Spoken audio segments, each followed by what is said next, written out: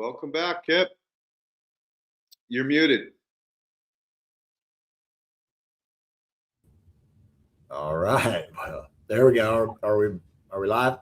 We are live, my friend. All right. It's a pleasure to be back, guys. Ken and Leighton. This is awesome. Thank you. Yeah. We want to hear an update. I mean, you've been doing a lot of work over the last year, and so I know you're in a winter's grind now. But love to hear. Give us an update on what you've been working on. Oh man, so much. My brain don't stop trying to figure out how to present all of the information, and I just figured out it can't all be presented at once. So I've got some highlights. Did a little bit of video and put some stuff up on YouTube the last couple of days. One of them that we'll start with here in a little bit is a little update on the farm, because I know a lot of times we introduce. I've been on the show, of course. A lot of our people know who I am, what I'm doing, but I am a compost producer here. Our product is about to be put on shelves here real quick. It just basically got all of our full approvals, and our numbers are looking like what I want them to look like. So in the process of designing some logos, stickers. We just recently got the bags. We're going to make it available in 1 cubic yard bags and some 1 cubic foot bags. It's kind of to put on shelves of grow shops and whatnot, and get it in people's hands. So there's that. There's getting more material together and getting all the grow beds around the property here treated, built, improved. The Wallapini's doing real good. It'll be on the little tour video. And the first one, I'll put some volume in there. I'll have Ken put volume in there. So we'll just do our best I don't talk a lot in it, but we'll just kind of shut up when he talks. And I think we can kind of keep the volume through it. We'll see how it works out. But yeah, I don't know. Anything before we get in there? No, I think we could dive right in, my friend. No reason not to. All right, and here's a little introduction, or an update, actually. Yeah, some of the beds. Hey, we're out here in the front yard today. It's December 27th, 2025. Birds are singing. It's a beautiful day. I have to apply an extract to the garden beds. These are recently built this season, fall, late summer. These beds were put together, and I put a cover crop on them. You can see them in the background. Squirrel tree here. You can see faintly the pond in the background. And in the other background far are the beds we put together at the beginning of last season. So they're maturing into their second season now. So we're going to apply an extract now. I did a video on the results of the scan, the microscopic scan of the extract, and I'll get it up if I can.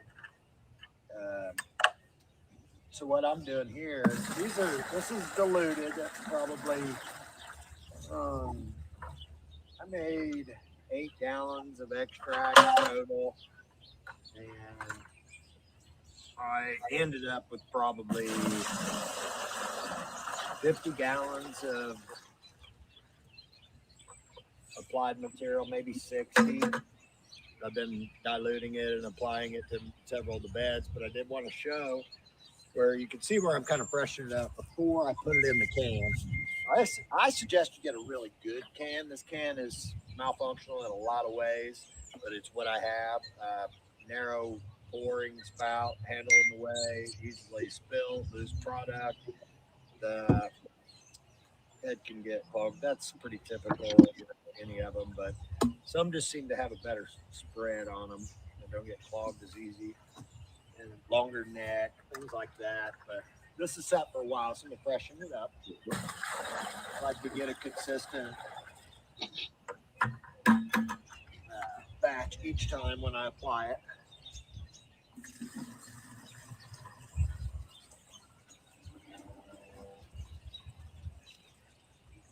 Good thing I freshen it up each time, because I just walk to the bed, sprinkling some on.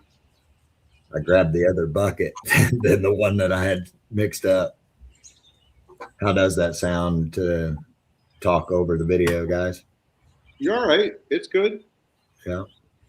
Cool. So, Yeah. do you use your time machine? Yes, I did. Yes. So I'm not sure. I've been playing with YouTube and my videos and editing all week when I can. I'm still am working. The raised beds. We don't want to create compaction in our beds. This is bin setting. I'll give it a stir. Oh, I got a pair of glasses in the bottom of there too. Forgot about that. They'll be coming out on one of these pours. So what I did with my watering can was I drilled 1/8-inch holes Oh yeah. over every single hole, and it works great because I had the same issue. The little sediment would get clogged. You gotta just shake the heck out of it, or do a little bit extra sifting, which I'm not really trying to reduce organic matter application. You know, I want more. So You know, every those time sift it little out. chunks of carbon are like the condominiums. So you want it chunky if you can. Hopefully Yeah. it'll real soon, and that'll really nestle it in real good. There's some nitrogen and some snow. That kicks some things off. There's some glasses. Yeah, really be able to see out of there. I threw that mud water. This extract is chock full of fungi and different amoeba, flagellates, bacteria. So what was your strip material? Was it one of your compost piles?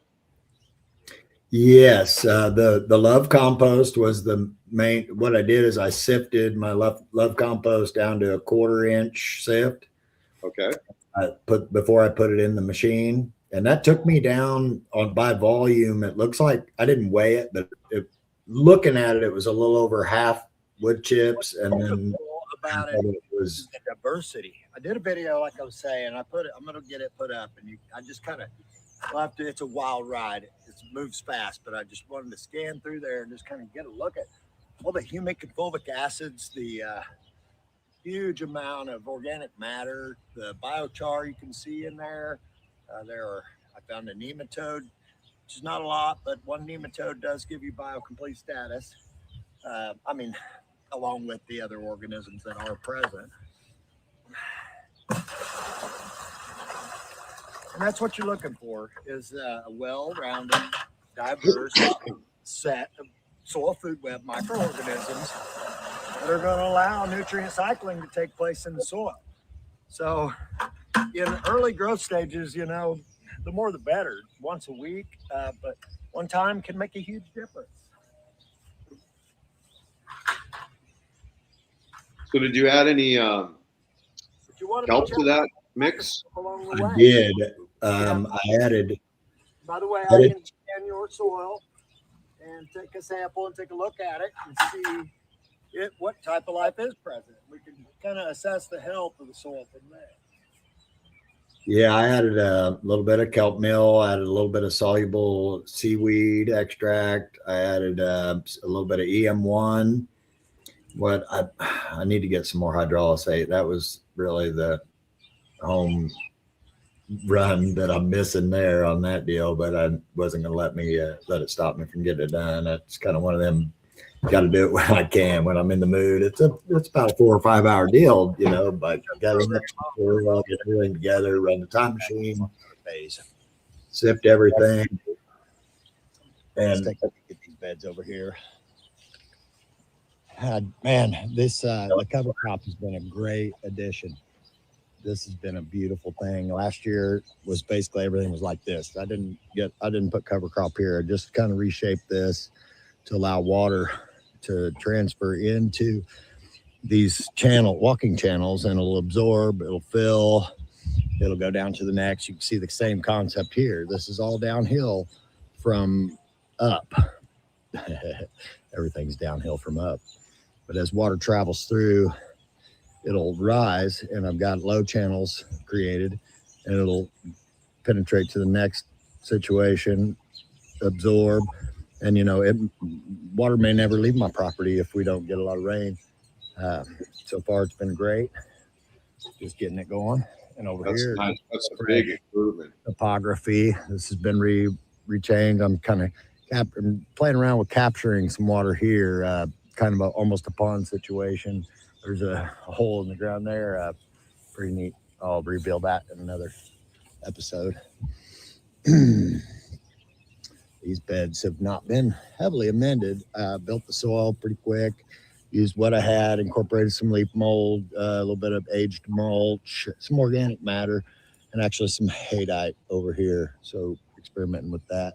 Peach trees, if anybody knows anything about, I'm trying to decide on a shape. Watch it, Pole. Watch where I'm going. Trying to decide on a shape for these trees, how I'm going to take them. I'd love to see really low, wide branching, but not so much. I need to aim it to where this other tree doesn't end up. I'm going to take it off of here for a moment. Let's take a look here. Any of y'all got any suggestions? You got some really old growth, really new growth. As far as I know, I can kind of choose from here which ones I want to keep, kind of train them out. And the same over here. I got a lot more to choose from. We've got some really mature. These are a little over 2 years old. I bought them at 2 years old and just put them in the ground late last season. So, we got a north, south, west, and east branching that we can really take advantage of here. This one, we can pick some out. But real curious if anybody wants to help guide me on that a little bit. I'm learning. Okay. Just quick, might as well take a peek at these beds over here real quick. So you ever heard of scrogging? Kind of playing with some drip. Yeah, like espalier more for fruit trees, I guess is the way I've seen it termed, and then scrogging for our cannabis beds, I guess is lantana. But all the same things, crop. So you can kind of take that canopy and let it crawl. Yeah, just train it downward so the branches learn to grow out horizontally instead of vertically up. And that helps to open up the center. Tomatoes this year versus last year. We had the tomatoes over here. You've done a lot of work, my friend. Yeah, they were climbing in these two beds, the middle. Yeah, so you can see why. And I'm going to move you behind on little bits and pieces of everything, but I'm gradually picking up everything. Well, here. Dude, like when I first met you, that was just a mess over there. Windows to build some little. I remember you showing me that wall. I was like, okay, what are you gonna do with that? Love to do some. Nothing. I don't know. Nothing for a while until I have to. I guess I'm banking on it staying. It's less. There's a lot of 90 degrees is the way they maintain them. If you go less, it's going to erode.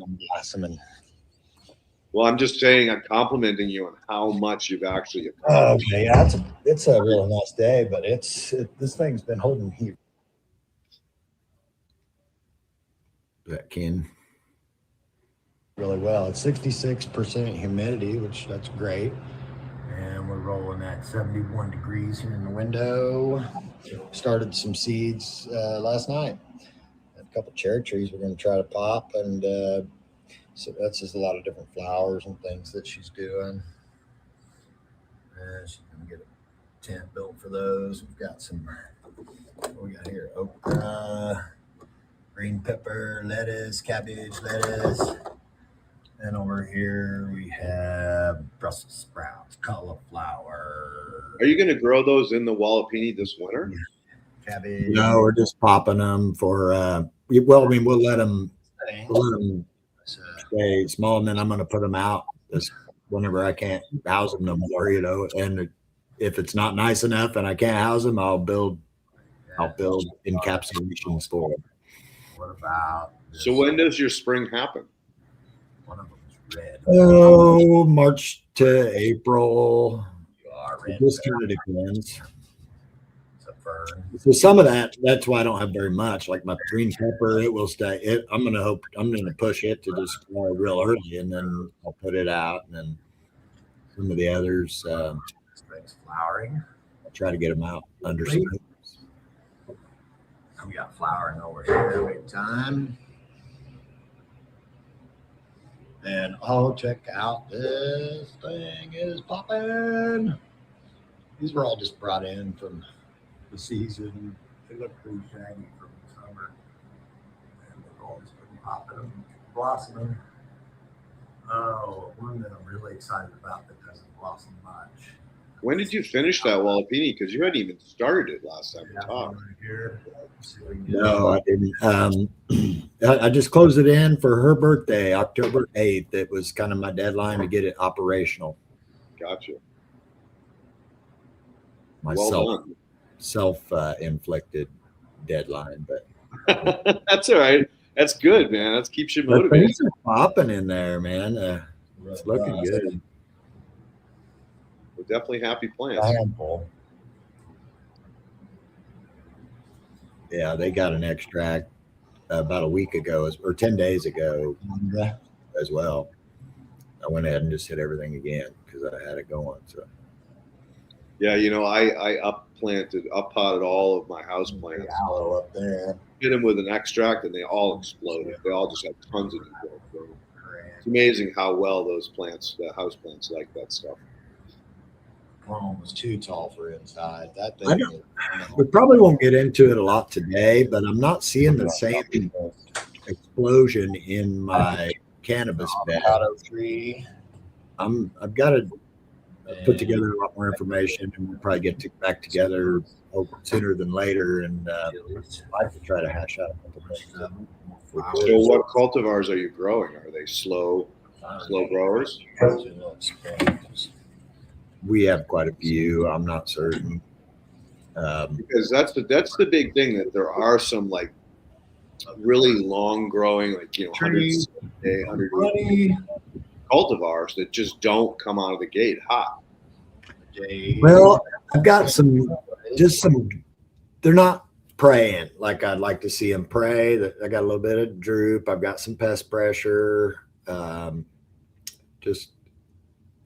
Trying to figure out some moisture things too. Like the A seems really good. I mean, it's wet, but I went down, I dug a sample out and I put it on a plate and it wasn't soggy. I scoped it. There was one ciliate, but other than that, things looked aerobic. Like I say, that's a whole deep dive. The things I need to put together more information, and I'd like to hash some things out. That'd be really cool. Sure.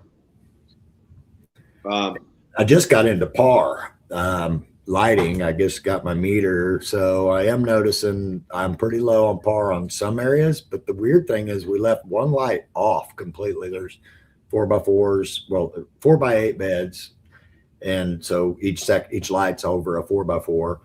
One light we left off just because we was afraid these lights weren't dimmable, so we left one off just to see, and that bed seems to be doing the best. It looks like, as far as pest pressure and green and lively, not perked, but doing better than any others. And I put the par in there and it's like under 100. It's crazy. And then some of the other beds are 150 to 250, 300, and we're a month in. So I kicked some lights up and I'm pushing about 300, 350 right now on some of them because they've been in there for like 4 weeks. So they should be doing a little better. Were they clones or popped? We had a little bit of each. Actually, I think just very few of them were popped, and they're really small. They're still. And so when you felt the soil, it felt okay. It felt moist, not too over wet.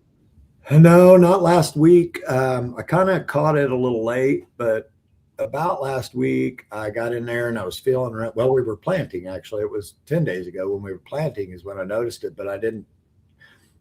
When we dug down, so a lot of areas were really dry in the top 3 to 4 inches, like almost crumbly dry. It was concerning. So I watered pretty heavy then for a couple of days.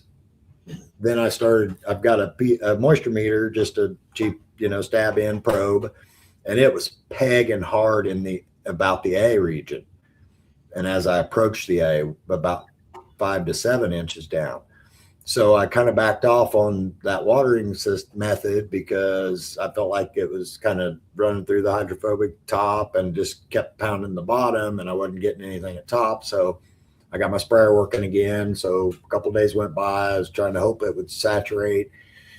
Then I got through and started spraying stuff. Like every few hours, I just hosed it down with like 1 gallon per like 4x8 bed. Not a lot, just surface misting, let it stand, whatever dries, hit it again. So I've been doing that over the last 4, 5, 6 days. And I don't know if I'm pushing it too hard, but the top feels right now. When I stick my fingers in there, it feels right. And I'm still pegging the same heavy in the A, nothing showing up at the base in the basin.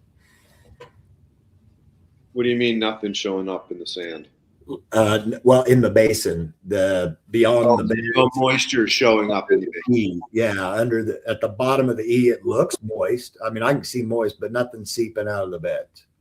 Okay, all right. It might just be needing to be, just gelled out. Let it run, because that sand will hold a shit ton of water. It's amazing how much it'll hold. Yeah. So that when I'm spraying the surface, I'm really not even focusing on the plant base itself. I'm just trying to catch that surface back up because I put some compost on December 1st, like 3/4 to an inch layer over everything. And I've got probably 30% to 40%. Well, no, let's stay down about 25% coverage as far as cover crop goes, the dichondra, but they're slow. And I've got some lettuces.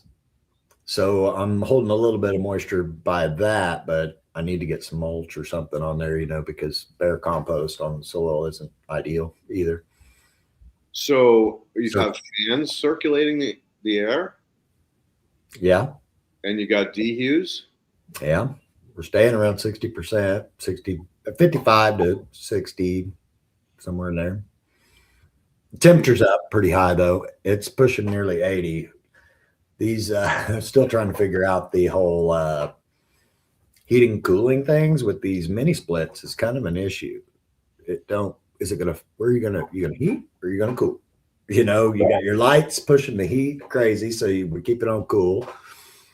I don't remember. We've been playing back and forth with it. Like the temperatures change outside, and it's like, well, maybe we better heat because we're dipping too low or something, So we have a little bit of fluctuation in temperatures, but most of the time it's around 75 to 80.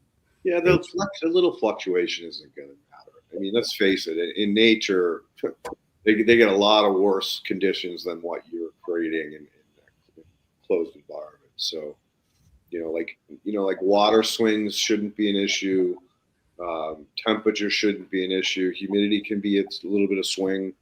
I mean, so I think it's more. There's something else that's going on. Are the roots nice and white when you dig down in there, or are they like a darker color?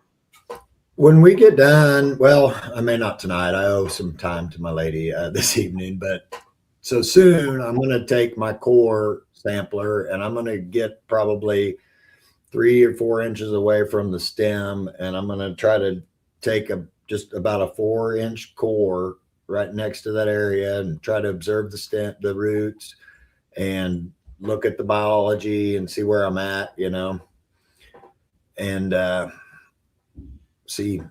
I haven't dug in there to see what it looks like. So, yeah, something's definitely going on. And what bugs are you having pressure with? I think they're just little mites. I can't even see them. I just see a little bit of webbing on 1 or 2 plants, and then I see the spots starting to show up on the leaves where they get. You can just see the scarring, from maybe they're biting or something. We have a little bit of yellowing. Sounds like you need to get your bricks up, buddy. Well, and I'm going to check the bricks too, but there again, I feel like I'm having faith. I'm running by faith right now. I haven't done a lot of testing, like I said, just a little bit, but we have good looking extract, good looking compost. So I've just been trying to stick with that right now. I haven't put any type of, Dr. Zymes or anything like that, PPE wise. I did a couple weeks ago, I did a foliar, the mild extract and a little bit of just tiny bit of some silica and some salts. And pH, where are you at? I don't know. There you go. That's probably what's going on. Yeah, that's what I say. It's probably, there's a lot to dive into that I don't have enough information on everything, but I don't know. That's necessarily what we're here for right now. But again, we got plenty of time. I mean, we're here to hash out the farm, right? And that's a big part of this farm. So I do need to get into it real soon. So one of the things that I've noticed over time is that especially older compost tends to be drift into the alkaline, whereas the new compost tends to be a little bit more acid. And so another thing that can be an issue, but you should have corrected it when you're making your extract, is that whenever I see a plant struggle, I always say, hey, 3 things. First of all, hormone. You need some kelp. Second thing is you need humic acid, because humic acid makes chemistry play nice, even if it's way out of whack. Which my compost is full of that, right? I mean, is it not? Well, yeah, that's exactly right. And lastly is the biology. And if you've got all 3 of those in play, you can rescue almost anything. So I would say that, I would start by, first of all, do your pH. Second of all, scope them. Make sure that you're not seeing a lot more ciliates. And if you have soil that's a little bit dry, what I recommend you do is go ahead and put some in a test tube and let it sit overnight. Because what you'll see is, 24 hours later when you scope it, you'll see all the flagellates out. So these are kind of things that will help you realize, okay, it was dry, I let it sit overnight, and I'm still not seeing flagellates. Okay, there's something going on. So these are some tricks that you can use, to start figuring out, chase this investigation hole, so to say, to figure out what's going on. That's what I told my lady this morning. She got up. What you doing? I said, I'm solving mysteries. Basically. And I just found, I looked it up. We did do a Logan Labs report. We didn't get to do the full one. I didn't send enough material. But here it says pH 8.3. Good call. So do I need to buffer it? A little more rock dust than I'm doing? I do use a little sprinkle of my granite dust a lot of times. I didn't do that. I'm thinking more sulfur, brother. Something that's going to form. Something that's going to knock her down. I mean, I wouldn't use gypsum because gypsum's going to go neutral. I would say you want to use something a little bit more like elemental sulfur and just go really low and slow, right? Little dribs and drabs for a week or so, just so you don't stress anybody out. And then check your pH again. Is basalt? What would it do? Basalt is the hardest rock known to man. In other words, other than a diamond, right? I'm not talking mineral, I'm talking rock. Our continents float on basalt. So think about how dense it is. It's probably the slowest release of any mineral powder you can get. Like granite dust is going to release a lot faster.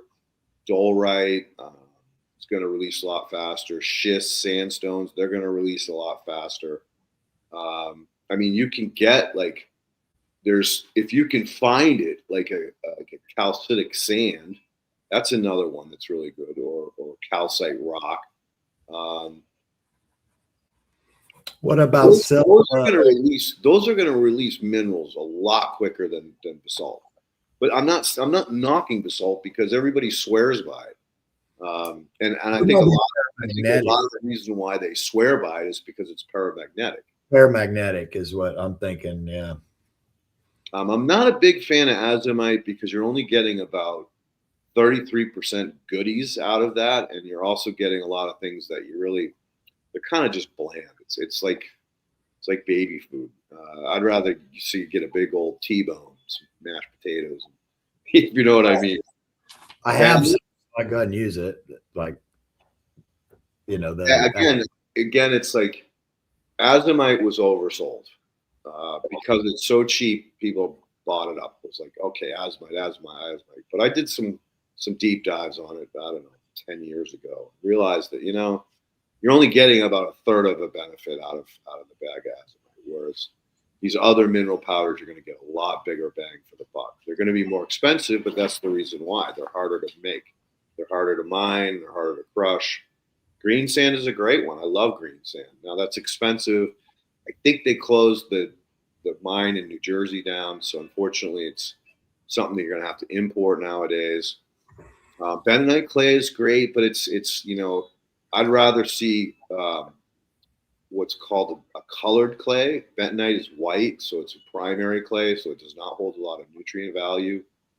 Whereas your red clays, your blue clays, your taupey clays, all of those are going to have additional minerals available that the biology can mine out of them. And this is a quick release too, especially if you get like super dry clay that's like micronized, and all you have to do is just dry it out. Like just dry it the hell out. Put it in the oven, whatever you want to do. And then so when it's super fine powdery, you sprinkle out on the top, and you're gonna get a mineral release almost immediately, because that's how easy it is for the bacteria to mine. Whereas the mineral dust, rock dust, mineral flowers or rock flowers are a lot more difficult for the bacteria to mine. C90 is great. That's got all your trace minerals. Did you, when you did the Logan Labs, did you get molybdenum done? Did you get your saturated paste as well as your chemistry? No, like I said, we didn't. I jacked around and didn't send enough in. I think I had too many of the bigger chunks kind of with it. They couldn't get 2 cups, so I need. Okay, so you sent them your compost. Yeah. Okay, so what they do is they have to send out the compost. Well, this wasn't our beds, yeah.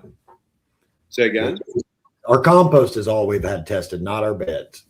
Okay, so when you're doing a compost test, I suggest you use Agro Labs. I think they're out east, and you ask for a slurry test. And the reason why you ask for a slurry test is because it's going to give you a lot more accurate measurement of what's actually there. When they use a strong acid, a lot of your your elements or your nutrients are going to vanish in the acid. They disappear. So Logan sends out, especially if you tell them it's compost, then they're going to send it off to another lab, which again, I don't have a problem with them. I've loved Logan. I use them forever, but I've shifted away to the point where when I'm doing soil, Logan's my go-to. I trust them way better than I do any ag extensions. I've had a lot of problems with ag extensions in the past because, let's face it, the people that are operating are, PhDs, they're in classes, they're studying, they're trying to earn extra money on the side. Equipment doesn't always get cleaned, and SOPs are a little sketchy. So you can get radically different results. I know they're a lot cheaper than Logan, but I prefer Logan for soil, Agro Labs for compost against slurry, and then there's some other tests that we could talk about, Biomakers. That is one I'm really thinking about. Dude, I'm in love with those guys. It's just like that'd be, I mean, if you're going to trust your soil, trust the biology to do the work, is it really? I struggle every time. Even I know a lot of times you lean back toward tests but man, I've got so many colors of clay. I've got so many different types of rocks and sands, and I've got just such diversity in there. I just am going to stick with that confidence. No, they're going to mine it if I can just get them organisms in there. But we are having a little struggle, like I say. So, well, again, remember, like everything that we talk about is talking about it as a way to help the audience as well, because I know you have diversity, but a lot of the audience probably won't have the same level of diversity that you have, and they're going to have to go outside the box a little bit. And they're going to have to do some extra work in trying to find these organisms. That's an interesting one. Thanks, Ken, for bringing that up. That's kind of what I wanted to do, is dive into our compost and let you kind of see what is in there, what we're extracting. And that's a micro orthopod. Yeah. I'm not sure if it's a pest or a predator or a beneficial or not. They're really difficult to tell at that level. Once they get a little bit bigger, it's easier to determine. Great fungal hyphae. It's fantastic, and I love the little humic acid crystals around. There's a spore up off to the right at about 1 o'clock. There you go. Nice levels of bacterial, much diversity, which is good. Yeah, you got some cocci and diplococci and different sizes. And later on, over there looks like flagellate maybe, or just a really active. Yeah, it's bouncing around pretty good. Yeah, though I would call those motile bacteria. Flagellates are going to be bigger than that. Yeah, we'll see some here pretty soon. I'm just wondering if this is which video is this called? Is that the Love Compost video, Ken? Yeah.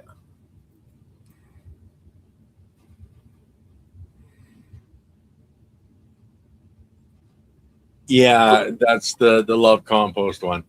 Okay. Okay. Yeah. I was just checking there to make sure we was on the right track there. Yep.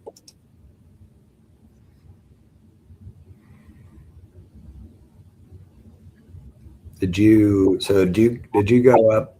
Oh no, I was looking at this time, 36:55. I was thinking that's not, never mind. Yeah, that's us. Yeah, that's where we're at. These purple guys, wow, amazing. I just recently watched Catalyst, and I can't remember when she did it, but she made a video and she was talking about the purple amoeba that had showed up and had made a home, and she keeps finding it now. That thing is a mega. I call them dinosaurs, man. They're so archaic, and I wonder if some of them are extremophiles or I don't know. They're huge. Well, it's generally speaking, it's what they're eating is what drives their color, because typically they're clear. So he must be eating something, or she, whatever sex it is, unisex, is dining on something. Do you have a lot of grapes or anything that's got that purplish hue, like an eggplant, or that you've been putting in your compost pile? No, I wouldn't think so. Not really. So there's a guy that kind of makes you wonder if it's omycete. Did you see that one? Yeah, I don't worry about omyces as much as people make it out to be. Yeah. It's all part of a network, a web. That's why they call it the soil food web. And anything that gets out of control, yeah, it's a problem. But if it's balanced, no, it's a beneficial thing. It's a food for somebody.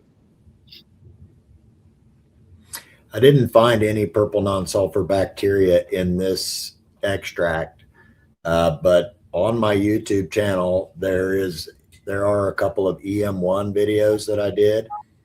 And if you look in them, you can find the purple non-sulfur bacteria at any time you want to, but we'll keep this rolling here. So I was kind of showing here where, those nematodes, they get to really bouncing around, and when you're wanting to try to identify them, sometimes you got to be really sharp. So I'll chase them every now and then and watch for features, and, I'm zooming. There's a trick that Elaine taught me, which is when they're that active, you pull the slide, you mark where your slide is with the little numbers on the side and the top. So well, if you don't, right back to the same spot, and then hit it with a lighter for just a brief second, and it stuns them. Yeah. Then they freeze. Yeah, I do that sometimes, but when I'm not super concerned with it, like if I have a plant that all of a sudden it died and I want to identify 100% every single nematode, because it fogs up everything and makes it kind of, I'm just not very good at it maybe, but the other day when I did it, it worked really good and I could still see, but it'll leave a little black fog on there. So a lot of times I won't even stop them. 99% of the time, them fast movers are bacterial feeders. Yep. And a lot of times I can catch the right That's what I was trying to do here. Like, okay, where is it? Where is it? Just letting everybody kind of see. We might have stayed in there a little while, but how about like all these humics and fulvics and That's a nice. diatom there? No, that's a nice amoeba right there. That's beautiful. This square one. Not the square one, the one that was I down. think the square one would be a diatom. No, diatoms are usually going to be a lot longer, and they're going to be usually have a perfect replication on both ends. Boy, you got great counts of amoeba, and they're all healthy. Lots of food in. Yeah, that's what I was trying to kind of. I moved. Now I'm gonna start really buzzing through here, and there's a lot. It stays pretty exciting around these parts. There are going to be some really great diatoms too, and I was trying to put Arcella. You'll be able to see it come out a little better at this stage. It's kind of hard to say. Well, is it a cyst? Is it a spore? Is it an amoeba? Is it? I think right in here you get that donut. I think based on the color, I probably think it would be a nematode. Oh, you think egg? Yep. Okay. I didn't know if that kind of would come. That probably the circle that I was mistaken for an Arcella opening was probably just the center of that ring of that toad. Yeah, and they can also be microorthopod eggs too. It's a little big for a spore. Well, you'll see some potentially here that are Arcella. They have a pretty obvious opening, and they're about that size and similar to the shape. But yeah, that one was questionable for me. And then even that one, like, egg. It's hard to say. Yeah. Spore over here to the left. Yep. And we will get to see also here in a little while. There was one spirochete. I picked him up pretty good, but it'll be in a little bit. So the other thing too with remember, like if you have a plant that dies and you think you've got root feeding nematodes, you'll see little galls on the roots where they've like infected the plant.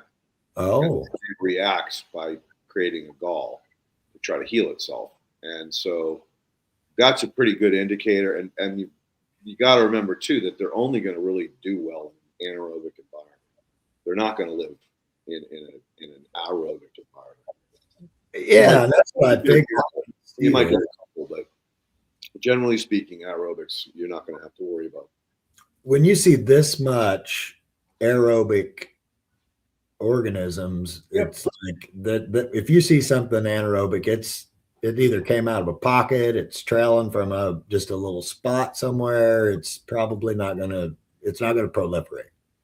Exactly, and let's face it, even inside the aggregates, you're going to get anaerobic pockets, and that was something I talked to Elaine about at length when I took a rhizos sheath and cut it in half and did samples across the board, and I found anaerobic organisms. And I went back to her and I said, look, you told me that anaerobes are bad. Well, this plant was thriving before I pulled it, and I cut it open and I found these different pockets of anaerobes. And she's like, well, that's in nature, but we don't want them in our compost extracts or our compost. And I'm like, well, how is it possible that at the bottom of the pile you're not going to get some anaerobes?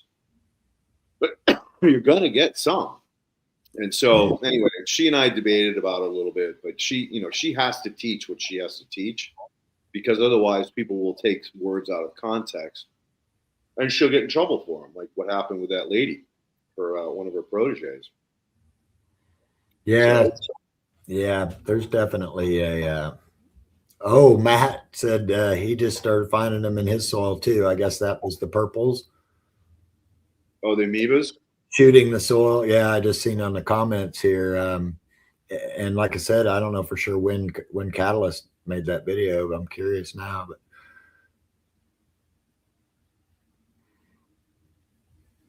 we'll see when they started seeing them, because I just started seeing them within maybe a couple months. And I don't know, it may be attributed to the soil saviors potentially. I treated our pile with the soil saviors product too. Is that another EM?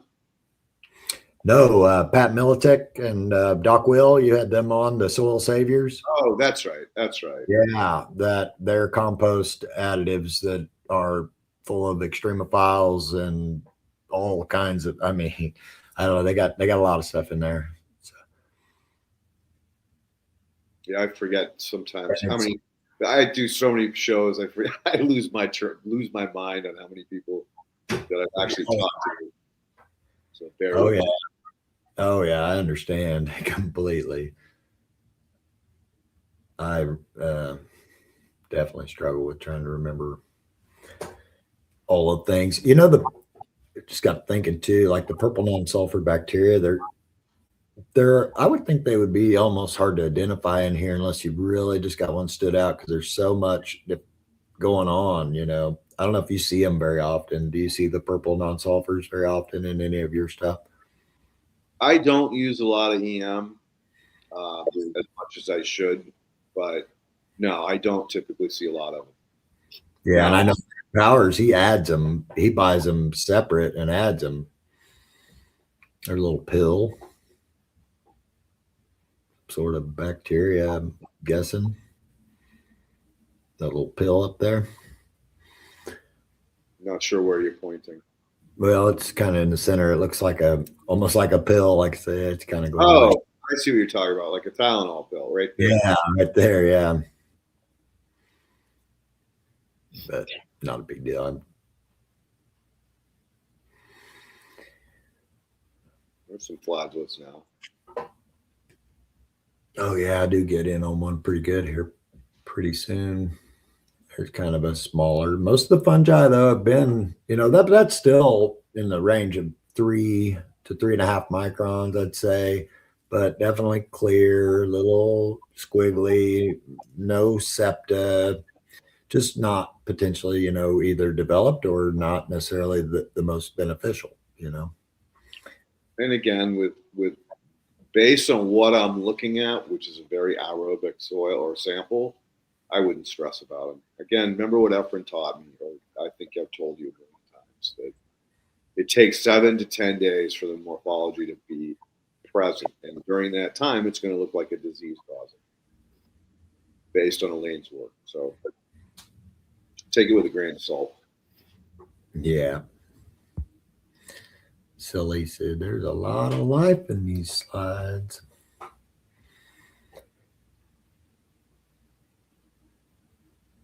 Yeah, I was really impressed because, like I say, this is actually, I took this sample. Let's see, I'm trying to figure out how far I was into my dilution. I took the sample pretty early in the dilution. I was probably, because I had a lot of times I'll dump, I put about 7 or 8 gallons in the washing machine. Yep. And I'll throw another gallon on top just to wash things down, What about that guy? That's what I was talking about one time. I asked you, I said, I see these crystalline structures that are, I don't know if they're amoeba or what. They could be wing parts, they could be bug parts. Yeah, and then the biology is just making a haum in there, so it makes it look like there's organs and something going on. But sometimes there's just so many in the trying to put together a slide of just them guys at some point. So much work to do, as Elaine always says too. Never ends. Yeah. So she did finally announce the retirement. Yeah. Sad day. I tried to reach out, and basically I got like a robo reply that basically they would get back to me when they have time. They're getting a lot of outreach, which I can totally understand, and I'm not going to hold my breath if they don't get back to me. But it is what it is. Yeah. I mean, I do have her number if I want to call her, but I just, I have too much love and respect for her.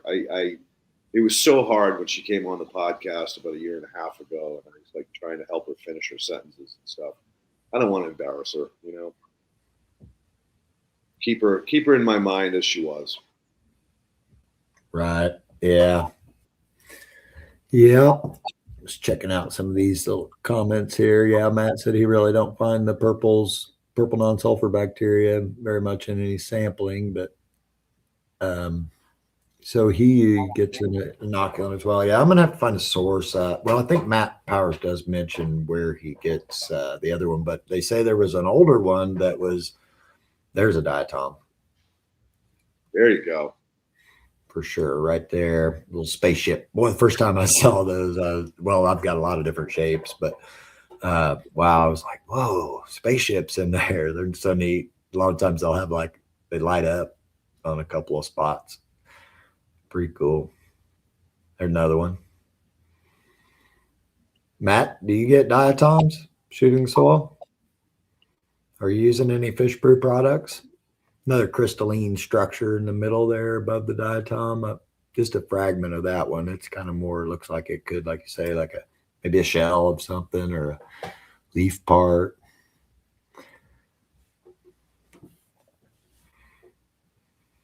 Yeah, nature's pretty crazy, dude. And again, you know, like even those little shiny crystal things, they're just like nanoparticles of mineral.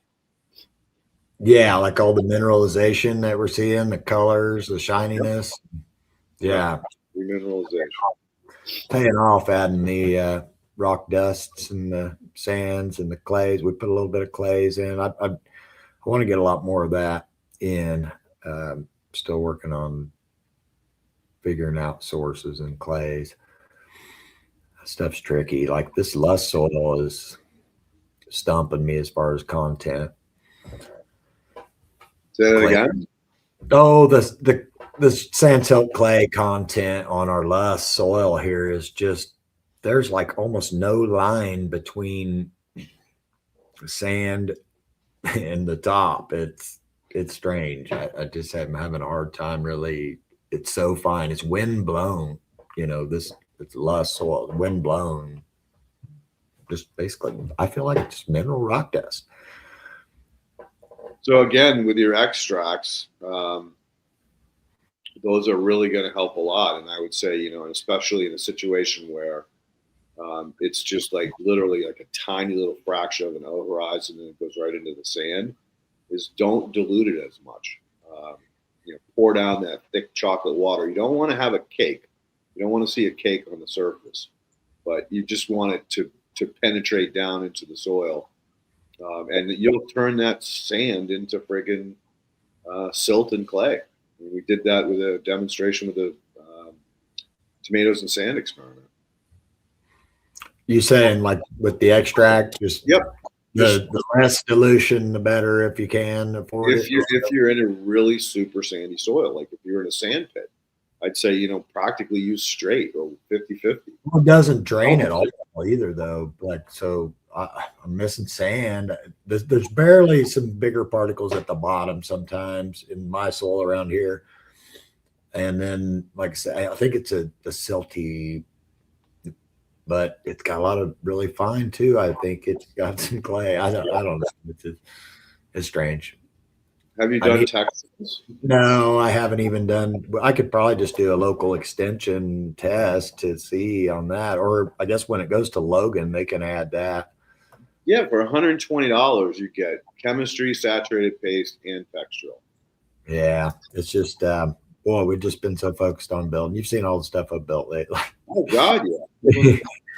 I can't. It's hard to spend the money on. If I tested everything I wanted, I don't even get to test all the stuff I want to test microbiome, you know, in the microscopy. It's like I'm trained. I have the equipment. I don't think you need to do microscopy. You can do it yourself. Well, that's what I mean. Even me, like for free, it's hard to find the time. I've got a list of things I want to do. You know, the other day I looked at like I said, I pulled up the A. I want to do all 4 beds and do A samples, log, note. I want to do the O samples and look at them and log, note, take time, do some bricks testing take some notes. It's hard to find time, like saying with concrete. Luckily, we're slowing down in the wintertime right now, and that really helps a lot to be able to get a lot more done.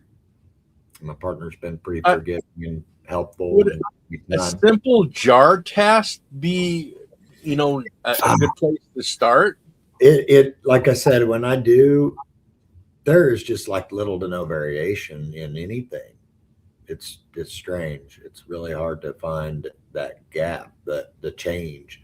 I don't know if it's all just kind of the same size, and it's just riding right in there in that silty, sandy mix. And when I look it up, as far as geographically across the world, this region is supposedly to have about 17 to 35% clay in its loess composition, according to many tests and things that have been done. But I can see as I dig through the layers, some that they'll vary. Sometimes it's white. When I get pretty deep, it's almost white, and that's got to be like a rock dust of sorts. So, like I say, it's wind blown. It's really fine. Compacts too much.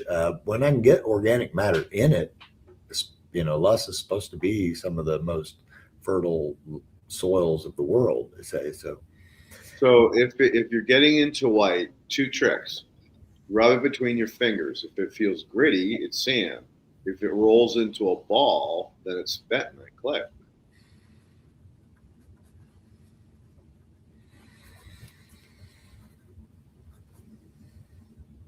Yeah, because it's not going to be silt, right? I mean, white is not going to be silt for sure. Look at the skin on that guy. Some of them wear some really neat armor.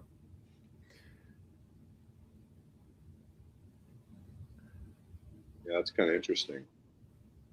Based on the bacterial size, it's pretty big.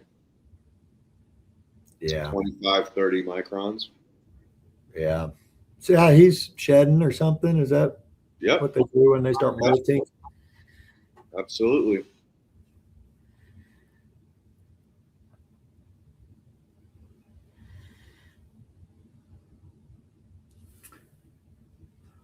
See, and this might be one that I just really could never hardly dial in on his mouth part, out his tip, but I never could find, maybe that did. Or maybe that's that same one. It is. So I seen his mouth part. It most likely it doesn't have any knobs, but it doesn't have that T valve in his gut for that, unless I just didn't get the right angle to see it. But I think I'm going to go back out on there. So maybe those are like switchers. Will switchers always have a little? Another thing too, when they're malting like that, it's hard to see the metal because you're trying to look through two layers of skin, or the outer layer. Yeah, and that valve in their intestine is sometimes it pops up at different, when they twist a different angle or something, it's kind of hidden. It's got some interesting openings there. It is behind his jawline there, cavities there or something. Yep. It's almost looks like eyeballs. Yeah.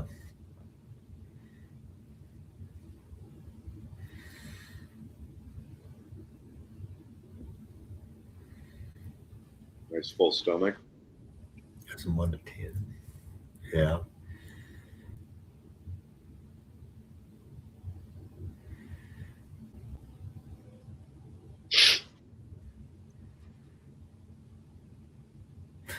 Well, I hope everybody's enjoying the ride. I don't know, but there's a little bit left, but there's going to be a really cool flagellate coming up here pretty soon. You get to see him just dragging his little flagellum along, and is he dragging his little backpack full of food? No, not that one. He's just kind of bobbling about, but he's whipping that flagella around pretty good, and it gets up near the top where it's kind of just him for a little while. It's pretty neat.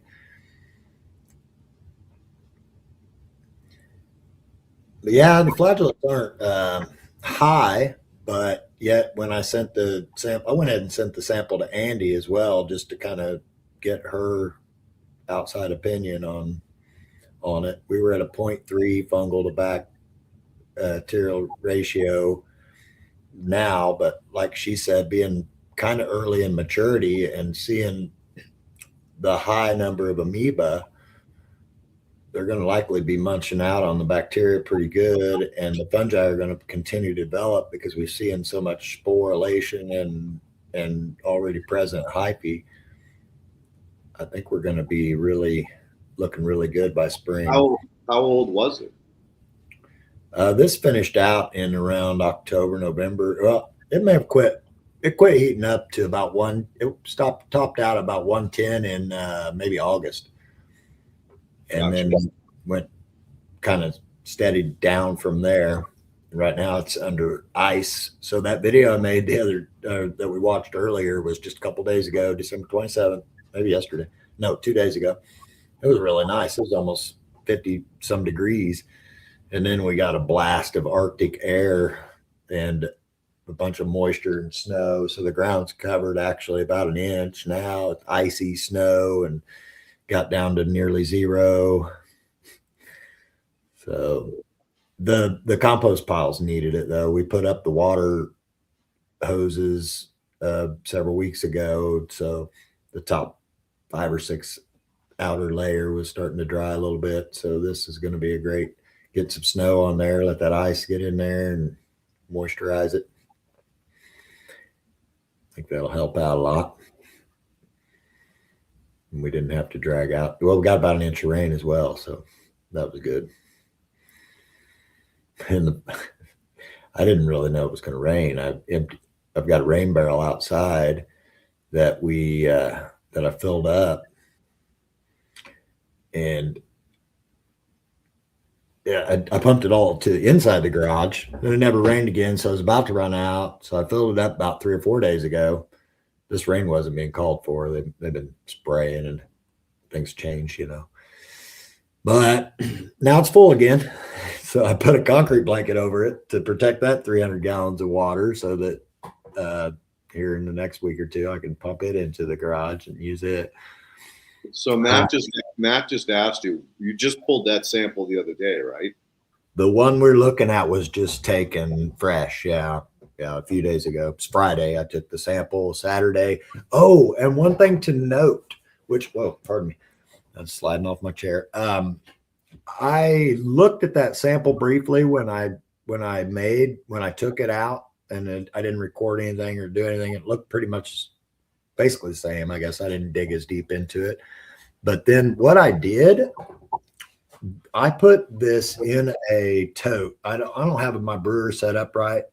I just recently acquired a 55-gallon cone brewer, one that you actually made and sold to, I forget her name now, but I got your sifter from her as well. Remember I was telling you about that. I wish I could afford the sprayer. That sprayer she wanted $4,000 for, which I don't blame her, but it's a stainless steel tank and you pressurize it with air. So, I mean, it basically limits you to where the only limitation you have on particle size is your nozzle head, right?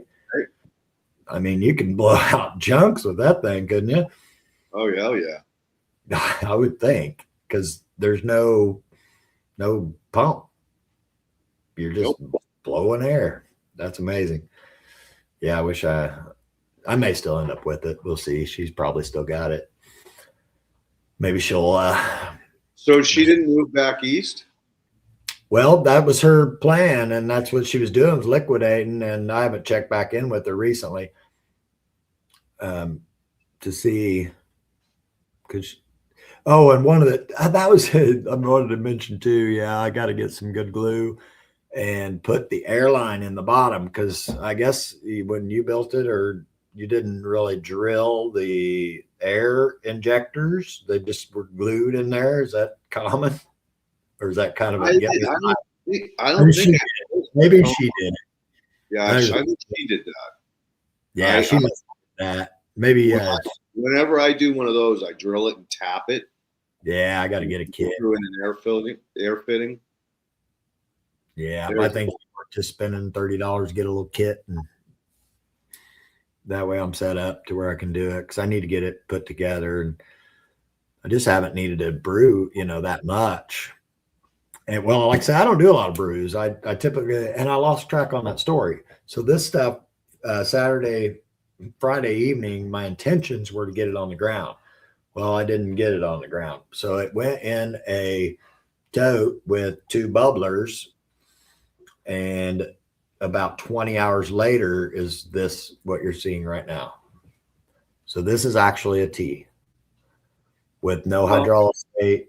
It does have kelp mill. It's an extract. I mean, it's not. You didn't really add a ton of water to it, right? No, not at that point. It was just about a 1 to 8, I'd say. Or probably not even that. Maybe 1 to 6, because I put the fines about 3/4 of a bucket of compost in the machine, and then double that, 2 buckets, 3/4 full. So what, 7, 8 gallons? Yeah, that's a pure extract. Yeah. And this, I assume, is diluted 10 to 1. No, this is pulled out. This was that. It might have had an extra couple gallons from the wash down and then just messing around with it. It might have had about 10 gallons total of water in there as it brewed. Because usually when I make an extract, I can't see anything unless I put 1 mil into a vial and then add 9 mils of water to dilute it out so I can see. So I'm surprised that you didn't put this in a vial, your extract in a vial, and then add more water. Oh, I drew this out of the tank, or that tote. I put the tote under the washing machine, pulled the plug, filled it up, and like I say, wash it down with a gallon or 2, and then and pulled it right out. And then it went to the bubbler. And then the next day, what I did is I stirred it up a little bit, even though it was bubbling. And then I took I give it like 5 seconds, and I just extract it out with the extracted onto the slide. Yes, I pulled it right out of the extract, put it onto the slide. So, but it was 20 hours in. I'm surprised that you got that much fields of view, because typically, like when I do that, I can't see anything. I have to add water to it so that you can open the organisms up. Otherwise, it's just like you just. How far do you sift yours down? Before I probably go 3/16, quarter inch. You're a little tighter than me too. There, I'm a quarter, but. Yeah, and then you're probably a little richer. We're pretty early in the game. Yeah, I wash it for half an hour and then pull the extract out. But it's like it's chocolate water, dude. It doesn't settle out. How long did you run your stripper for? About 30 minutes. Yeah, it'll only go about 18-minute cycle until it wants to I haven't tried to override the next phase, which is spin. So if it goes into spin, it'll try to spin me out and mess up my airlines. So I do 2 15-minute cycles. And then when it comes out, it's super thick. But it does settle out pretty quick. Within a few seconds, it's going to have a couple inches of, probably an inch at least, of material on the bottom, whether sand or I don't know what, clays, different material. Yep. Non-floating. Most of the organic material should float, but I guess it really don't. I don't know. How long does it take before you can see through it again? Oh, you won't. I mean, as far as like if it were in a vial? Yeah, or just in the tote itself. Well, the tote I never could see into it. I had the bubblers going, remember?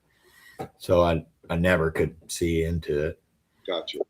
Yeah, it was super thick the whole time. And then I screened it out. And now when I did what I did on my screen, I didn't even use your screener setting up in my hoop house. And it's pretty good size.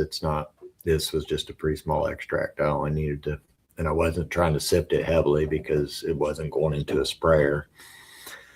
So I just ran it through like an 1/8 inch little homemade screener that I made out of a colander with a little vibrator on it. So, and I ended up with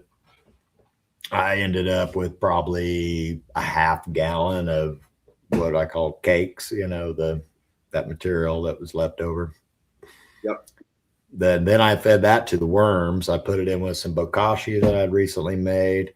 So I mixed that with some bokashi and some cocoa core.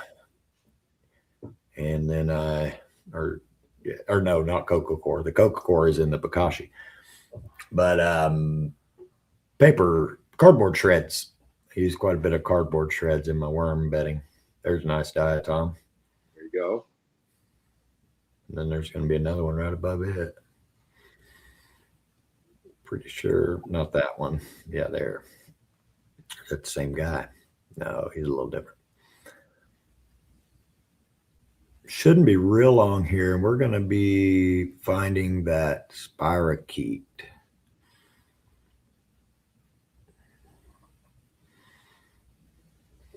But yeah, those are some pretty large amoeba. Yeah, they're super healthy. And as far as activity, everything's squiggling around really good. And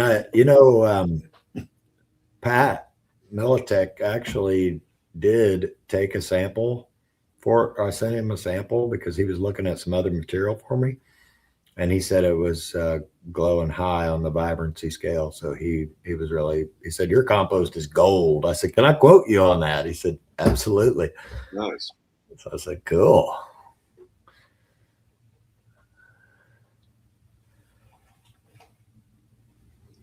Another diatom.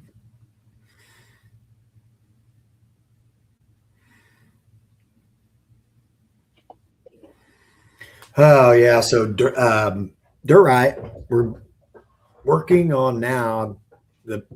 Most of my focus the last week has been just this show. Believe it or not, my brain goes all over the place, like I say, in preparation. I still don't get prepared the way I perfectly see everything, but it never is perfect.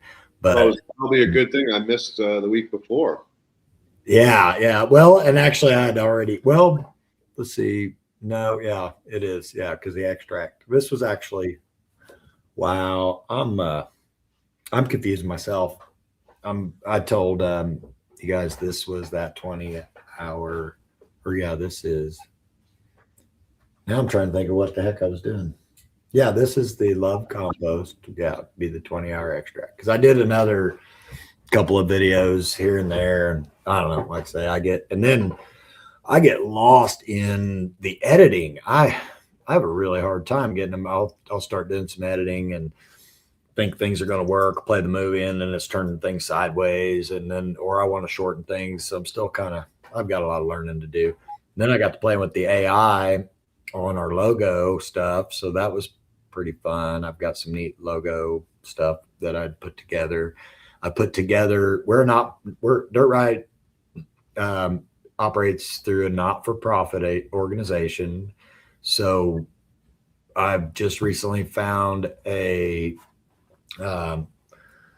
Zephy. It's a site that is like PayPal or whatever, a money exchange site, so that I can actually receive funds and sell product. So there's a nice bone-looking diatom.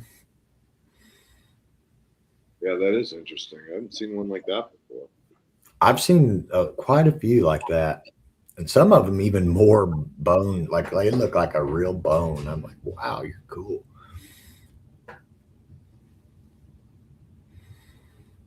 I mean, I'm guessing it's got to be a diatom, right?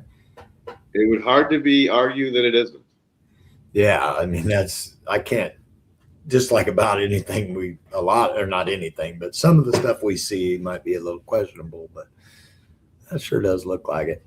So I'm working on getting the business cards ready too. So we're going to make a tour. We live about 50 miles from Kansas City, which is a pretty metro area, over 1 million people in the vicinity.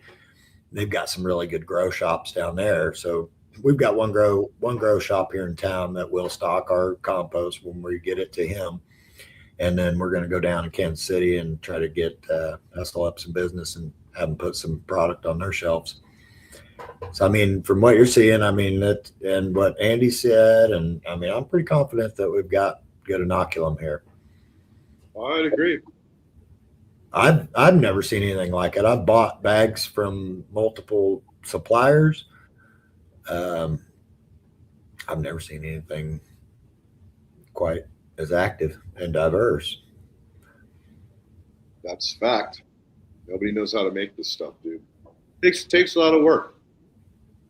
Yeah, and time and money. I mean, I've dedicated, well, not just me, my team. You know, Seth and Zane's been helping a lot, and we're hard at it a lot. Spending time and money developing this. So, and now I see why, you know, it's $30-$40 a bag for the small cubic foots. Like at our grow shop down here, he's got maybe 3 or 4 different type, or maybe he's got a couple living soils that are newer and recent that I haven't got to check out yet. And then he's got a couple of main composts that we run around here. It's at Ollie Mountain. And then there's another one, Booze Blend by Malibu. Okay. That's pretty common out there, but I've looked at it multiple times, and every time I look at it, it's a little different, but it's never had nearly the life that we have. Never. And rarely does it have much life. I could never even put it close to BioComplete. No, and I would, you know, what I would do too is advertise. You have metrics on your compost. In other words, you have Andy's test. You can, print them out. Yeah. And then tell them. Just say, hey, if you want to buy this other guy's compost, send it to Andy Marsh. You know, for $120, she'll tell you how it compares against mine. Because it's unfortunately that you know, it's not something you can see. It's something that you have to scope to understand the value. Yeah. Yeah, and man, Pat has Militech. He's really been kind of nudging me toward micronization, and it's really got me pretty intrigued. I'm gonna start playing around with trying to micronize some of it and see, you know, reanimate it. I mean, you'd have to dry it, right? You can't pulverize this stuff when it's that wet. There's just no way. So on my picture, I'm gonna take some of the dry material. I'm gonna throw it in a blender. I'm gonna pulverize it the best I can, micronize it, see what happens, and then I'm gonna reanimate it 24 hours, see if I get any life out of it. So the way to do it is really get yourself. Key. Yeah, I'm looking at them right now. The way to do it is use different screens. So 120 micron and a 47 micron screen. Stack them up on top of each other so that what goes through the 120 gets trapped on the 47, and then take that muck and put it in a grape press and just slowly press it. And what you'll get out of it is pure fulvic acid if you don't press too fast. You know, just a couple cranks, spin it down until it's tight, and then every 15 minutes, half an hour, give it a quarter turn, half turn. Again, you don't want to break the press, and you don't want to squeeze it so hard that you squeeze out humic acid that mixes with your fulvics. And then once that is a cake, then you screen it through an insect screen, and now it's micronized. But it'll be dry, right? That's my product, Rejuvenate. That's how I made it. But you got to rescreen it again, otherwise it'll go anaerobic. So you got to fluff it up so you get air in it. And that's right when it comes out of the flattening stage. It's not going to be completely dried out there. I mean, a lot of moisture will be gone from the squeezing, but you get it down to about 40% moisture value, and that's ideal. I mean, when I hit it spot on, I can take that stuff, throw it in a bucket, and have it 15 years later, pull it out, and it's even better than it was the day I made it. So micronizing is easy. I don't think you need any mechanical force other than what you already have. Yeah, I mean, I feel like the value, like, because that's what he's looking at, like their product. If you that little box that Soil Savior sells, the 5-acre box is that big, 8-inch tall box by 6 inch. There's 7 packages in there. They're all small, there's a couple liquid. There's about a 7-ounce liquid, the resonator, and that's a lot of it claims to be suspended cyst and whatnot, in that liquid. But the rest is there's another liquid, and then I think the rest is powders. And so 5 acres in this little box for $300, I feel like there's value, and I feel like there's value on the end of the producer as well, because now you're able to not have to deal with shipping and costs and bulkiness and more bang for your buck. So that's the thing. How much more bang for your buck are you really getting in micronized versus standard? Yeah, well, it depends on what you're trying to do. I mean, if you're trying to get dissolved organic matter down into like a engineered soil field, then you want micronized. If you're trying to convert dirt into soil for a vegetable garden, you want chunky. So it really depends on what your end goals are. Yeah, and budget. I guess budget. Micronized is definitely going to go a lot further. And it's also going to be a lot more expensive to produce, therefore it's going to cost more. Yeah. I mean, that's why I got out of selling the products that I sold. I basically make all of them in the same product. I just don't have to go through stripping it, pressing it, re-sieving it, and then packaging it. That's a lot of work, dude. And this, people complain that I was charging like, I don't know, $50 a pound back in the day. And a pound would go a long way. But, it's like, oh, well, that's just a little box. It's kind of expensive. So, again, the market has shifted a lot since I got into this gig, pushing 15, 16 years ago. A lot has changed. And there's a lot more awareness behind what we're doing. When I first started talking about soil biology, people thought I was insane. But, now here we are post-COVID, and regen agriculture is booming. And that opens the door for a lot of guys like yourself to get involved with it. Whether it's micronizing it or selling it in bulk, you got to find that happy spot in between. All the above, I guess. Just find it's a more avenues of. Obviously the micronized is going to ship out further for more affordable. There's the sticker logo that I'm going to put on the bag. Of course, there'll be more information on there, but that's kind of the starting logo. Nice. I like it. Yeah, living organisms, vibrant ecosystems, kind of just a acronym there. Love comes. And I guess, Cheryl, did that clear up for you where Matt said those a lot of brown and gold spots are what that fulvic and humic acids are on those slides.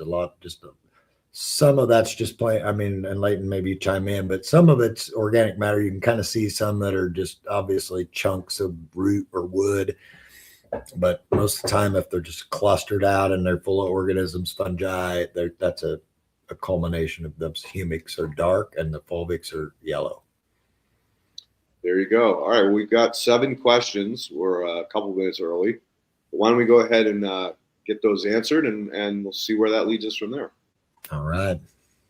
Nice filming, my friend. That was nice. Well, thank you. I'm glad that worked out good.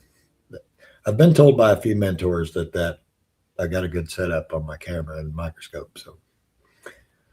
Well, and that's one of the questions is what kind of microscope and camera are you using? Well, I don't know a lot about the camera because the guy gave it to me when I bought this microscope. Achiscope is the microscope. And the camera, I'll just move this over here and hope I don't damage anything along the way or change our connection. Everything's still good? Yeah. Yeah. So yeah, Accuscope, and it's boy, one thing I'm going to look into. Leighton was telling me about this is 10 times magnification up here at the eyepiece, and he was telling me about a 20 piece, so it would basically double everything. This 10 is right now 100, 10 times 10. So if I had 20 times 10, that would be 200. And then I've got the 4, which is 40. The blue would be the 100 time, or I mean, blue is 80x. it's going to get 80. Yeah. Well, no, my blue is 40 times 10 is 400 is my max. And that's where you were telling me, or do you got an 80 and a 10 or a 20 and a 40 to get 800? No, I have my blue is 80 plus my eyepiece is 10. Don't you have a yellow that's 40x? No, my yellow is 10. I think you was telling me that your eyepiece was actually 20 at one time. I'll have to check it, but because you were double, and I thought, how did you do that? And yeah, the camera mounts up on top. It has a C mount adapter here. Like I say, as far as brand, he gave it to me because the on and off switch don't work right. He sells microscopes, and he does this was one of his display model or whatever, and like I say, the switch quit working. He couldn't tell when it was on and off, so it wasn't a big deal, but the light just don't work, so no big deal for me. So how was installing the software package? He walked me right through it. It was pretty simple. I'm quite computer illiterate, so I got it working, and I haven't had no trouble. I am having trouble actually I can't record. I can't play back the video that I'm recording right now. And it's happened one other time, and I think my brother might have helped me through it. But through the app that I do, Captive Vision, I think is my, yeah. Oh boy, that ain't a good idea. Yeah, the stuff we were watching, were you actually filming that off your monitor onto like a phone or something? That actually, what I did is I went into Zoom and I made a meeting and I recorded it. Okay. So that was a Zoom recording. But when I'm in the camera app, I can snap a picture or I can do video, but for some reason my videos aren't playing back. But we better get through some questions. I can get more information up about that though at some time if somebody's real. But that's about 3000 LED series. If you didn't catch that on the Accuscope, that's what I'm using. This was $1,800 total for a carrying case, microscope, camera and everything. Yeah. Cool. And I know there are cheaper ones, but I felt like I did pretty good. Yeah, for sure. So let's get to our first question. This is back on the first video. Farmer Cheryl wanted to know, what is he watering, cover crop, and what kind? The cover crop is just a wild game blend. So it had like 7 different seeds, and the main one was winter rye, and it had some turnip, it had rape, it had, what was the other one? Oh, some legume, some peas. No clover was in that mix. I just went to the local place and I was like, I've been searching and searching for a mix, and I was like, oh, I want certain things, and I couldn't really find it. I wanted organic, but I just ended up going out to one of the places here in town that sell seed, and I said, what do you got for something to cover crop? And it was in season, and so that stuff boomed. I just put that all down probably toward the end of summer, in a couple different phases. Some of it got down earlier out in the tomato beds. If you was looking out there, and I don't know if you really heard me say, but in the back, in that, we'll call it the non-greenhouse. It's the very first greenhouse structure I built. It's the biggest one. It's just got the glass on the front, and it's got all them beds in there that you said were looking a lot better. Oh, by the way, I can't wait to get you guys updated on the, I've got some big 3-inch by 14-inch timbers that I've charred, and I got to finish sealing them, and I'm going to build out those tomato beds. So that's going to be really cool. So, but yeah, that cover crop, I did harvest. Oh, radish. It was radish in there too. There was very little turnip, but more radish. And I harvested quite a few of them, and we ate them. They were really good. So that was cool. And I just let most of it just die right off in the ground. I cut some of it off. I left most of it standing. Then I threw some leaves. I ran some leaves through my chipper, and I scattered leaves about the top of it too. And I was watering with the extract that we did. Both beds and raised beds. Raised beds take a lot of time. So you actually made like a blanket, a leaf mold blanket for your garden. Yeah, and in some areas it became more of a blanket. Some it was a dusting. Gotcha. Yeah, just time, like I'm like, oh, I got to get this done. And one day I'm like, oh, better do this. And I had a little time, and I got some of it done. But yeah, Farmer Cheryl, I use every type of, as far as in-ground beds and raised beds, I see there, when you call it, they're all raised beds. The ones in the ground are typically, they're mounded. They're not as raised. That's kind of, they are raised beds. But the ones that are built up, obviously, I'd love for everything to be nearly waist height. So reaching and all of that. So that'd be ideal, but it just takes time, money, and effort and energy. I can mound up rows out in the yard a lot faster than I can. And then if I see an area and I'm just like, probably get a fire under my bottom to get it done, I'm just going to get it done. I may have been procrastinating, thinking, oh, I got to build these certain beds a certain way, but then sometimes I just throw it in there. So that's where I'm at. And some of that. The charring is a great idea. That's what the Romans used to do. Is they burned the end of the log and then dug it in the ground, and it would last for years. Yeah. Yeah, the Orientals use a lot of that as well for preservation. I'm just it's not There's coming. A name, feng shang tang, something, I don't know what it is. Yeah. There it's done a lot for preservation, and basically it seals the cell structure so the water and moisture can't get in. It closes them up. So the next one is Kip growing to sell, and to whom, how much will he produce? What percentage, if any, is composted? Okay, yeah. Growing to sell, definitely at some point. To whom? Anybody who wants it. Right now, I've probably in the last year and a half, I've sold probably $200 worth, because somebody my partner, he loves my pickles. When I get a fire batch of pickles, he's like, I'll buy some. Give me some more pickles. I'll be like, I'm running out. No, I'll buy some. So I sell him some pickles.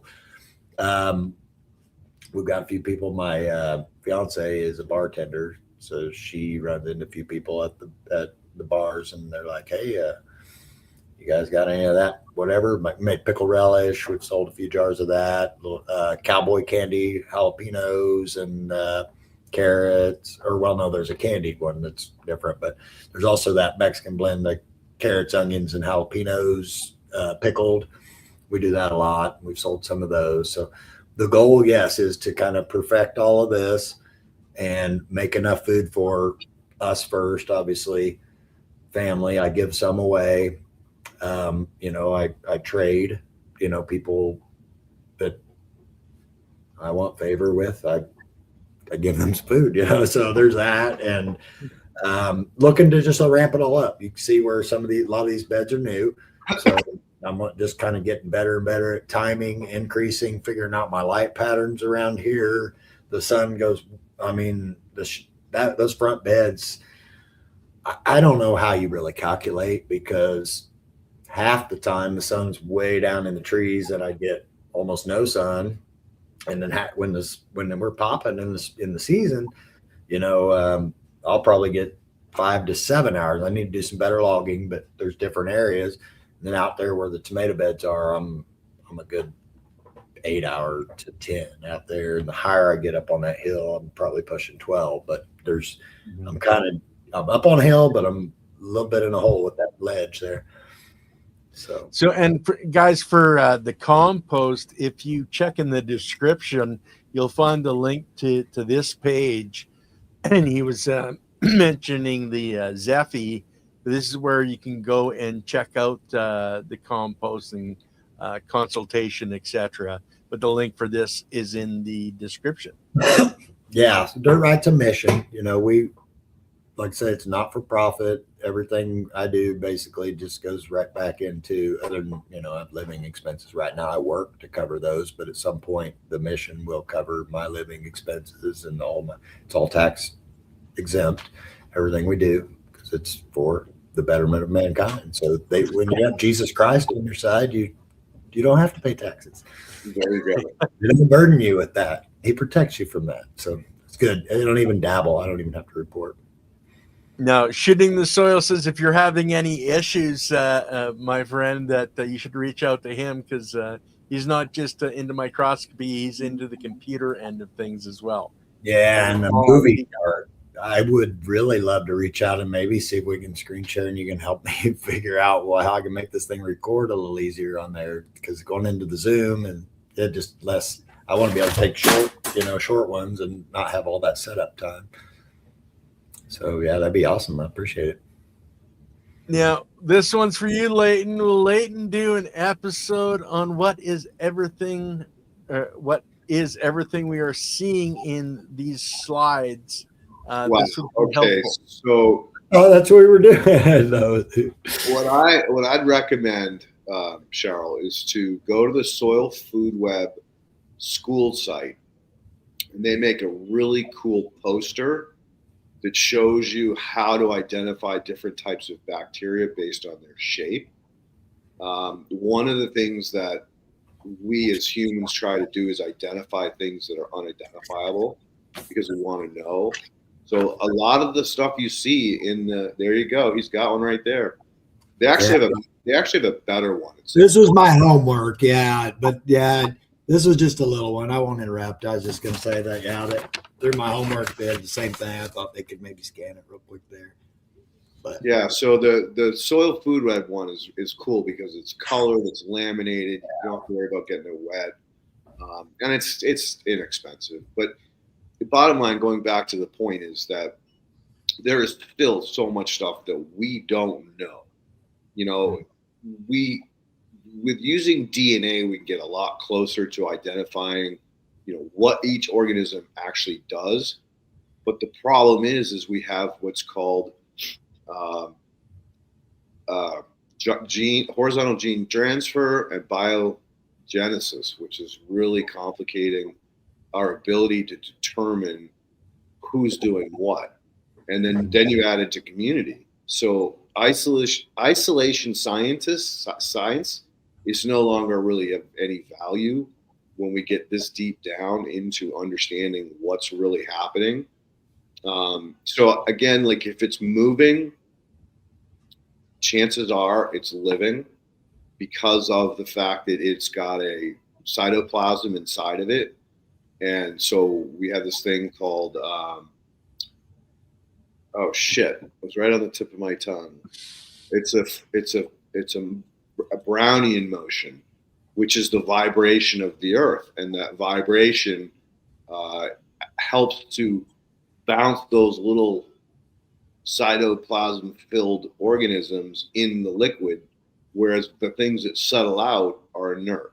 So yeah, fungi is a living organism, but it's so heavy that it sinks. Amoeba are the same way. Nematodes to some degree will also sink. Some will float. Flagellates will always float. So there's nuances to what I'm trying to say. But bottom line is, when you get behind a microscope, don't try to like figure out what every single thing is. I mean, like I've seen bug parts that look like organisms, and I've seen organisms that look like bug parts. And will I ever truly know what it was? Probably not, because again, like things take time.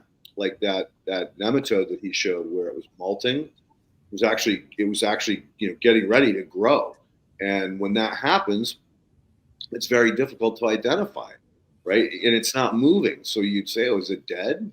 Well, no, it isn't, because you could see that there were two bodies in it, or one, a smaller body than a bigger body.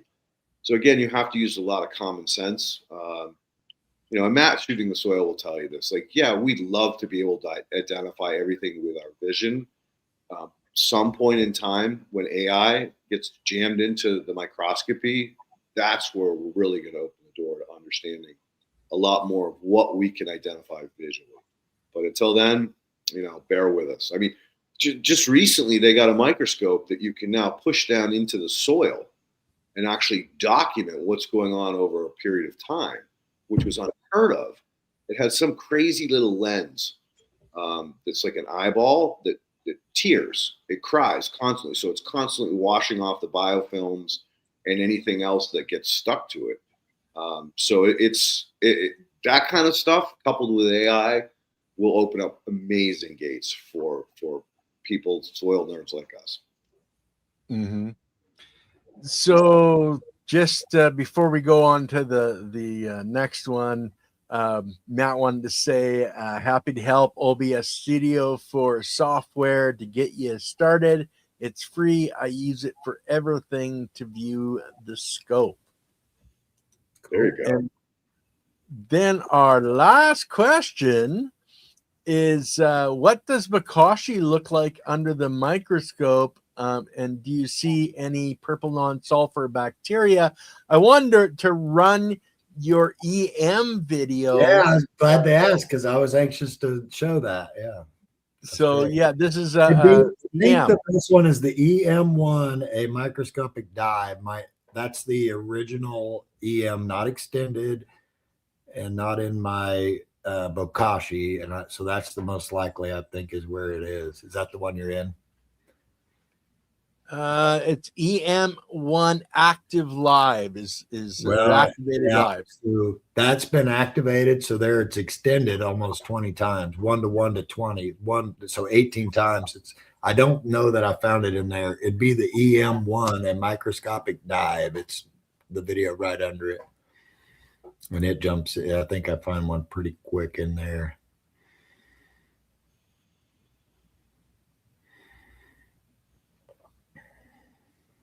And guys, you can go to starts off with one. Yeah, great. Go to his YouTube channel. I'll just let me grab it here. Should be that one right there. YouTube at Dirt-Rite.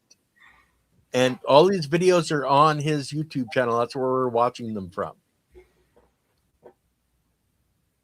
So yeah, if you pull up that EM1 one, it starts off with purple non-sulfur bacteria right off the bat. Okay, so this is the EM active dinosaur extract under the microscope. Okay, that one right there, then it would be. There it is right there. And I don't know if I'll zoom in, but I find a couple of them so you can get a better example of how sometimes they have a little bit more fingery look to them, but they're going to appear kind of red.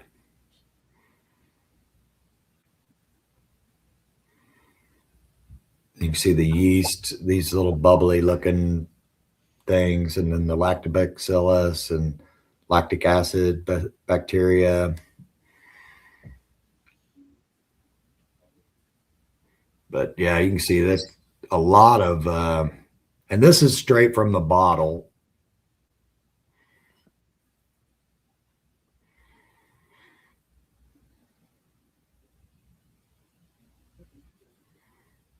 Yeast clusters. That could have been a little purple non-sulfur there to the right. But they're sort of a rarity when I find when I look in there. There's one right there. And this is according to, I guess I can't be 100% certain, but very much a match to what I was seeing through Matt Powers' videos when he was showing the purple non-sulfur bacterias.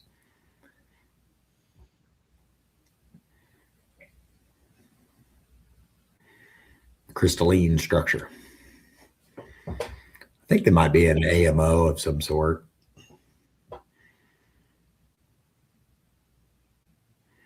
yeah, it is quite often that it's hard to see, or it's hard to know exactly what stuff is. As you saw, Cheryl, there when we were talking earlier in some of the items we just really couldn't for certainly identify.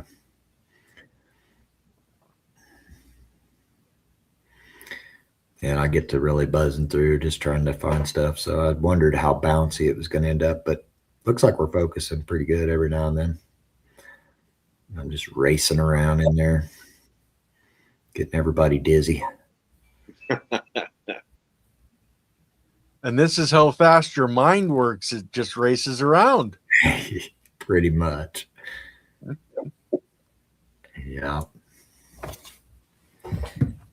So, Leighton, maybe you can take a thought on this question here. I made an extension of EM1 using only maple syrup, and it's still gassing off hard 1 year later. Any thoughts on what's going on, or if it will stop creating pressure? You're making maple sugar candy, my friend. Yeah, it'll eventually stop gassing off, but it's just going to turn into a crystal chunk.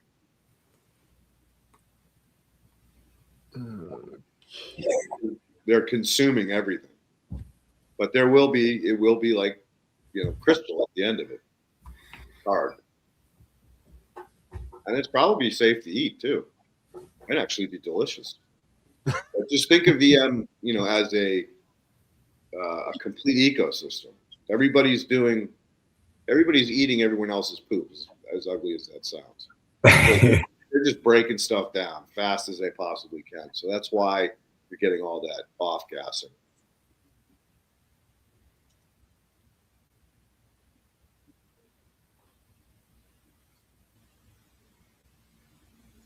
Okay, well, that was it for the questions in that videos. Just only got a few seconds left. Was there any other videos you want to bring up? There's your archaic dinosaur amoeba. Yeah, that's pretty quick. That shows a lot of them mega. There's some big. They take up the whole screen. I'm about 150 tall and 225 wide, I think. That was pretty neat. It's got a nematode right there in it.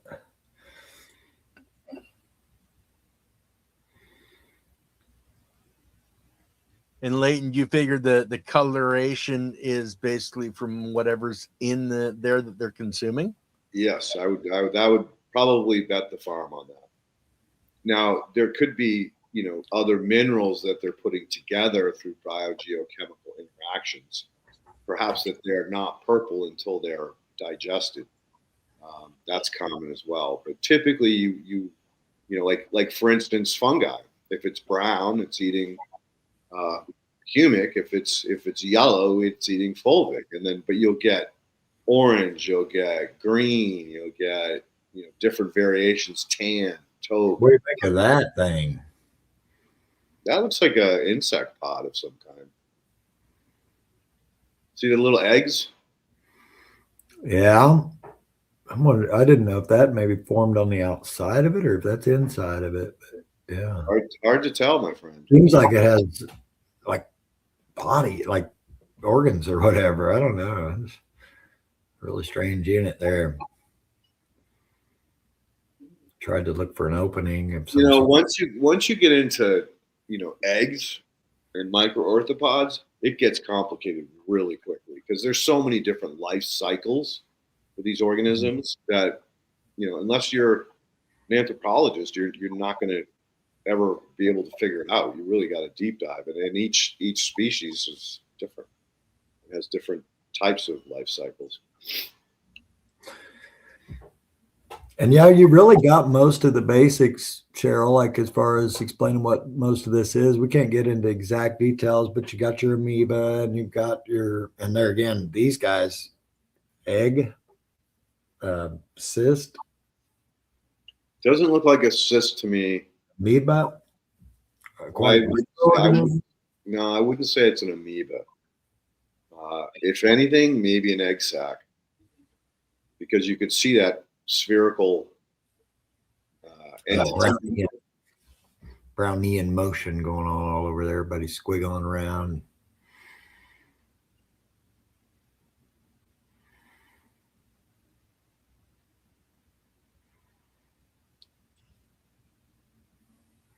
There's a lot of life.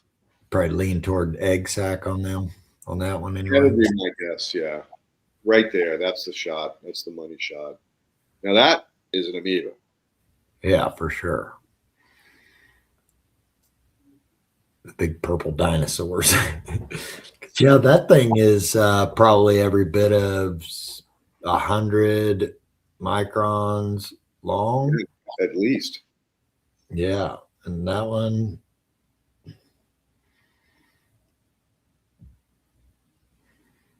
assuming it's even one, Hard to say, my friend. Yeah, it seems like an amoeba of them sort. Looks like a Grateful Dead skull. It does. A lot of them do. I see that a lot. I think they're just calling to me that way, the biology. Cool. Well, hey, dude, really appreciate you coming on and bringing us up to speed and giving us that farm tour. Congratulations. You've obviously done a tremendous amount of work from when I met you, 3 years ago? Maybe even a little longer. 2 years. Well, actually, just a couple of years. We met at the Soil Life Summit in Vegas. There, Prump is where. That's only 2 years ago. Yeah. Actually, it's coming up on 2 years this March. Damn, that's fucking crazy. But yeah, I mean, just in the 2 years, less than 2 years. Yeah, I'm amazed at how much you've actually gotten done. So. Yeah, I bought the property 3 years ago is what. So yeah, yeah, it's been really good. Guys, give me some traffic on the YouTube. So let's get me away from concrete. Get me doing this for a living.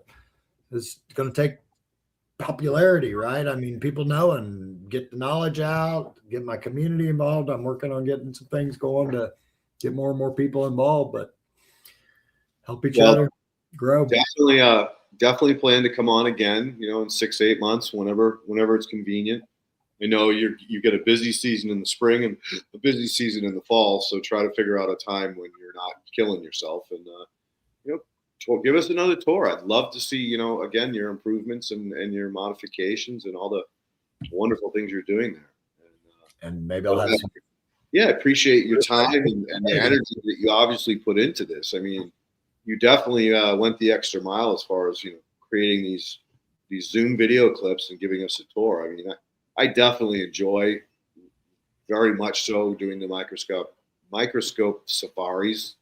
I think the audience likes it too. I mean, you definitely got some good questions as well as some interesting chatter in the group chat. So good. Yeah, it's open to bring the heat.